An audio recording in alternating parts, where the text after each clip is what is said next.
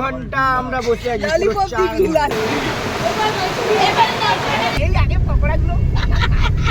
দেখি মামি কত ঠান্ডা লেগেছে তোমার। অনেক পরিশ্রম করার পরে লাস্ট পর্যন্ত এসছি, কিন্তু এখনো নামতে পারিনি। 4:30 থেকে এখন 8:07 বাজে, এখনো পৌঁছাইনি আমরা। নামবো নেমে প্যারেড করলে হবে। সুন্দর লাগছে, যা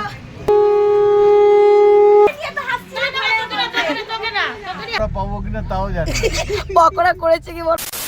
hello guys, welcome back to my YouTube channel Radhe Radhe. তো চলো হলুদের ভিডিও স্টার্ট করা যাক। তো এখন বাজে 10টা আর আমি চলে এসেছি রেডিওতে গায়ে হলুদের জন্য, আমার না সোনুদার। তো চলো রেডি হয়ে দেখাচ্ছে। গাইস কি বৃষ্টি করছে, বিয়ার দিনে কি বৃষ্টি। এই কেড়ে জল নিচ্ছে। I love you কাজল, মুঝে ছুটি মত যা কাজল। ঠিক আছে, বিয়ার দেখাবে। তো তোমরা সবাই জানো 20 তারিখে কী লেভেলের বৃষ্টি হয়েছিল। সেই বৃষ্টি মাথায় করে নিয়ে ছুটে ছুটে দিদির বাড়ি এসেছি। এসে দেখছি সোনুদা একদম রেডি গায়ে হলুদের জন্য বসবে বলে। গুজে দিচ্ছি।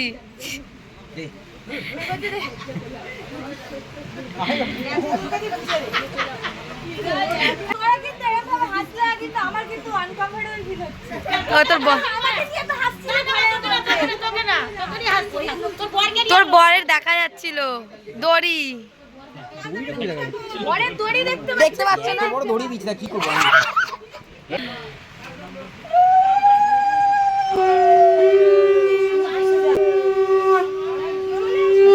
তো এখানটায় গায়ে হলুদের রিচুয়ালস শুরু হওয়ার আগে কিছু ফটোশ্যুট করে নিচ্ছে ক্যামেরাম্যান প্লাস আমার দিদি। কারণ এখন বিয়েবাড়ি মানে ফটোশ্যুট ভিডিও শ্যুট। এখন ফটোশ্যুট ভিডিও শ্যুট আছে বলে এত সুন্দর সুন্দর স্মৃতি রয়ে যায়, সুন্দর সুন্দর স্মৃতি ক্যামেরাবন্দি হয়ে আমাদের কাছে রয়ে যায়।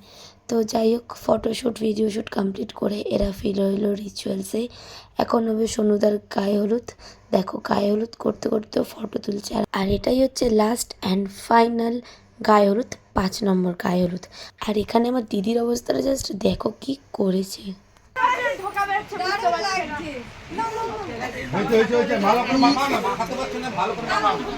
একটু দেখি তোকে, তোর বরের তো আমি চান করে দিয়ে দাও, সুন্দর লাগছে, যা। দেখো সোনুদাকে কি সুন্দর লাগছিল না হালকা হালকা গায়ে হলুদ দিয়ে। কিন্তু ভাই আমরা বাঙালি বস, আমাদের একটুতে কিছুতেই স্বাদ মেটে না। অল্প অল্প মাখলে রিচুয়ালসটা কমপ্লিট করলে হলো না। সোনুদাকে যতক্ষণ ওরা লেবড়ে লেবড়ে হলুদ মাখাবে ততক্ষণ হয়তো ওদের মনের আশা মিটবে না। যেমন আমার দিদির মুখটা করেছে, দিদির থোবড়াটা যেরকম লাগছে ঠিক ওরকমই করতে চাইছিল সোনুদার থোবড়াটা, বাট হয়নি। যাই হোক, এবার এরা ফুলের বৃষ্টি করছে কারণ ফটোশ্যুট হবে, আর কিছুই না, জাস্ট ফটোশ্যুটের জন্য এত তামজাম। একটা নর্মালি আগেকার যুগের গায়ে হলুদ কেরাম হতো, চারদিকে 4টে কলা গাছ বসিয়ে মাঝখানে বউ বা বর তাকে বসে গায়ে হলুদ দেওয়া। আর এখন দেখো কত তামজাম, ব্যাকগ্রাউন্ড দেখেছো কত সুন্দর সাজিয়েছে, কেননা জাস্ট একটা গায়ে হলুদ হবে। আর ক্যামেরাম্যানের স্ট্রাগল দেখো, শুয়ে পড়ে ফটো তুলছে, ভিডিও। এবার দেখেছো সোনুদার অবস্থাটা কি করেছে, জাস্ট কিরকম লাগছে। মনে হচ্ছে না যে এটা গায়ে হলুদ, মনে হচ্ছে এরা হোলি খেলেছে সোনুদার সাথে। মানে কোথাও ছাড়েনি হলুদ দেওয়ার জন্য, সত্যি বলছি।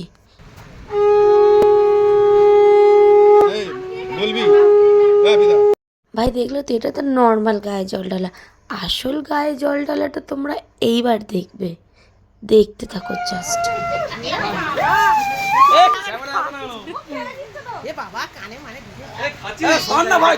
দেখে নিয়েছো তো সোনুদাকে, সোনুদা কিন্তু ফুল মজা পেয়ে গেছে।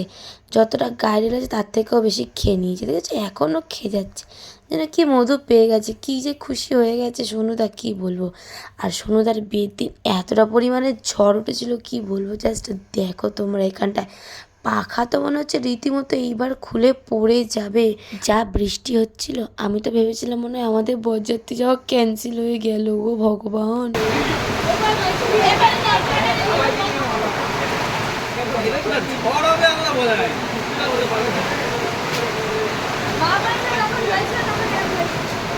আশেপাশের লোক বড়রা সবাই বলছে সোনু মনে হচ্ছে কড়াতে লুকিয়ে লুকিয়ে ভাত খেয়েছিল, তাই এত ঝড় বৃষ্টি হচ্ছে। সত্যি কি আসলে কি এগুলো হয়? আমি সত্যি জানি না। দেখো বিয়ে বাড়িতেও এসে আমার ছোটো মামির শান্তি নেই, এখানেও আমাকে খাইয়ে দিচ্ছে।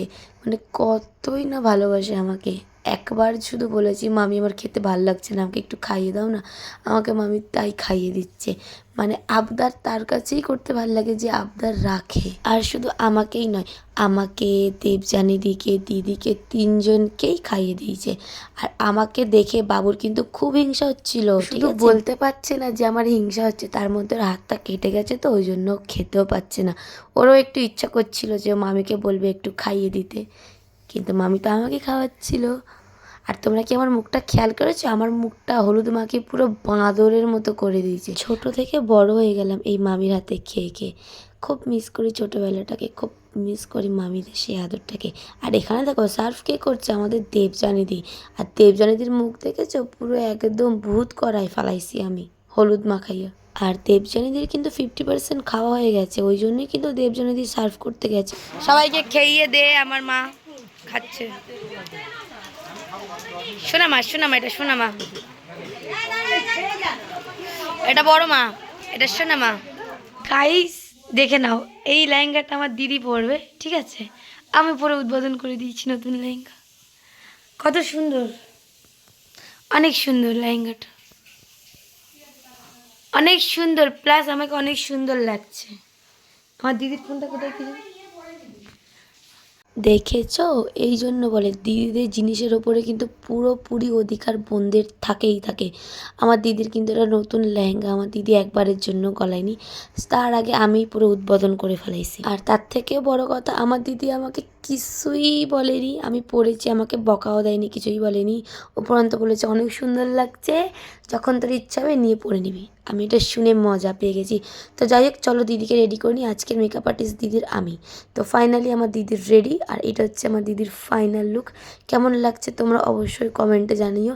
আর আমার দিদি এখানে আমাকে তাড়িয়ে দিচ্ছে, যা আমার টিপ এনে দে, তুই টিপ এনে দে। একটা করে চাদর নিয়ে নে তো, এই ব্যাগটা নিয়ে,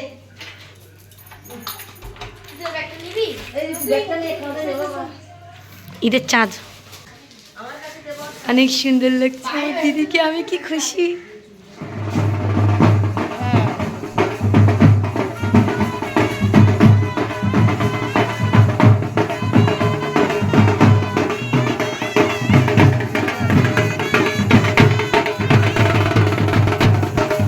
তো বর একদম রেডি, বর রেডি সেডি হয়ে বেরিয়ে যাচ্ছে নিজের বউ আনতে। আর আমার দিদি নিজের লুকটা নিয়ে ভীষণ ভীষণ খুশি। আর আমিও খুব খুশি যে আমার দিদিকে আমি এত সুন্দর করে সাজাতে পেরেছি। তো যাই হোক, দিদিরা যেহেতু বেরিয়ে যাচ্ছে, এবার চলো আমিও রেডি হয়ে নিই তাড়াতাড়ি করে। আমরা যাচ্ছি বরযাত্রী। হরে কৃষ্ণ, রাধে রাধে। চলো যাই। আর আমাদের মোটো না দেখি গাইস, আমাদের কপাল খারাপ, দেখে নাও ওয়েদারটা কিরম ফালতু। এই গাড়িতে মায়ের আর বাবুটা কিছুটা সেম লাগছে।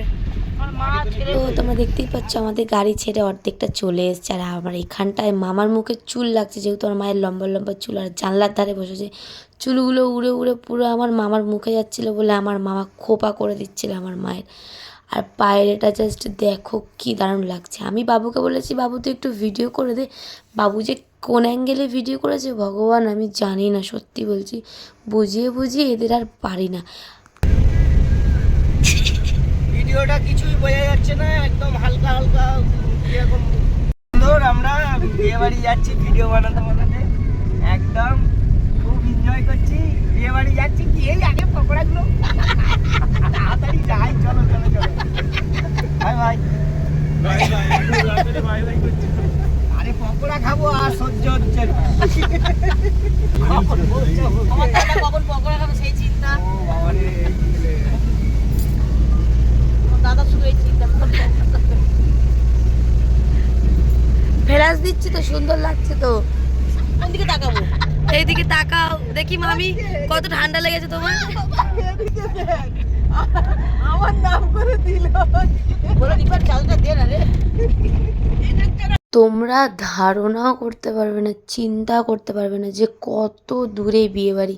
এক তো দূরে বিয়েবাড়ি, দুই তো কেউ রাস্তায় চেনে না। আমাদের মোটমাট 1 ঘন্টা শুধু রাস্তা চিনতে, লোককে জিজ্ঞেস করতে করতেই ছিল। লাস্ট পর্যন্ত আমরা চলে এলাম গাইস, অনেক পরিশ্রম করার পরে লাস্ট পর্যন্ত এসেছি, কিন্তু এখনো নামতে পারিনি। ঘন্টা লাগলো সেটা বল। পকোড়া পাবো কিনা তাও জানি না। এদিকে ঘুরে বল। পকোড়া পাবো কিনা তাও জানি না। পকোড়া করেছে কি বলো তাও জানি না। পুরো 4 ঘন্টা আমরা বসে আছি, পুরো 4 ঘন্টা। এখানে বড় গাড়ি ঢুকবে না, চাদর ব্যাগ নিয়ে যাবে নাকি? 4:30 থেকে এখন 8:07 বাজে, এখনো পৌঁছাইনি আমরা। না পৌঁছে গেছি, পৌঁছে গেছি। হাট এবার নামবো, নেমে প্যারেড করলে হবে। হ্যাঁ না যে চলো নামবো পরে, টাটা। টাটা। সো গাইস, অনেক কষ্টের পর ফাইনালি আমরা পৌঁছেছি, আর এই ভিডিওটা আমরা এখানেই শেষ করছি। তো চলো, দেখা হচ্ছে আবার নেক্সট ভিডিওতে। Tata guys, love you, Radhe Radhe.